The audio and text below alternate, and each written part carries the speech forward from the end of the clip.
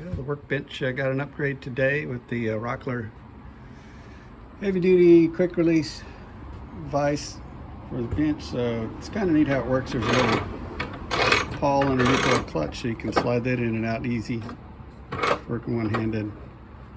Then once you're starting to tighten, it tightens up. Ready to release, you take it and give it a couple of spins. You hear the little paw release and you can just slide it in and out. So down, and that's not going anywhere. Take it, a couple spins, out it comes.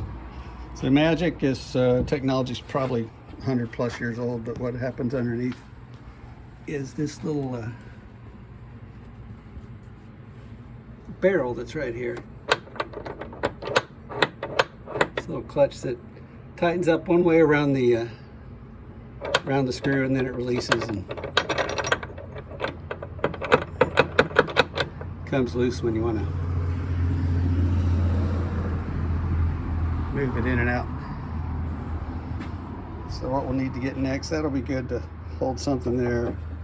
So if we want to work on the edge of it, we can also get put some little holes in the bench and put a little bench dog in there to take a longer piece and squish it between that. So had the top cleared off a minute ago. I know that would upset Doug, so we filled it all back up, and it only took a few tools to put this thing on. We had a reciprocating saw out to cut out the little chunk where that fits, which this is actually the chunk we cut out. It used to go all the way across.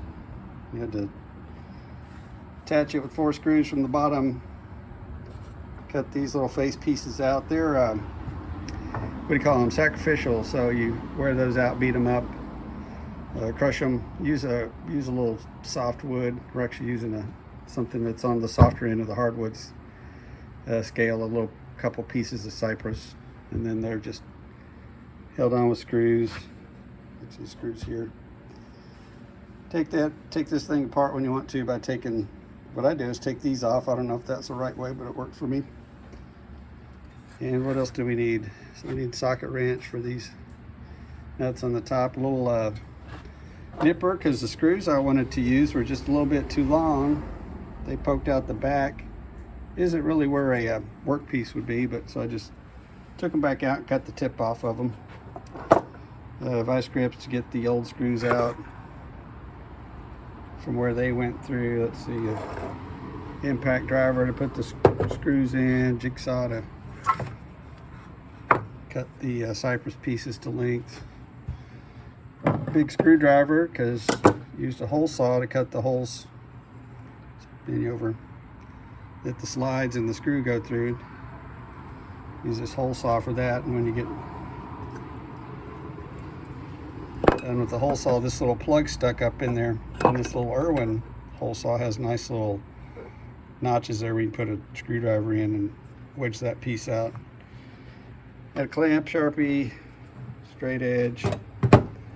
Use the Cobalt reciprocating saw. I use Graham and Nelson's hammer just because, to tap on things. A couple drill bits. So now we'll clean all this back up, and so we can upset Doug again.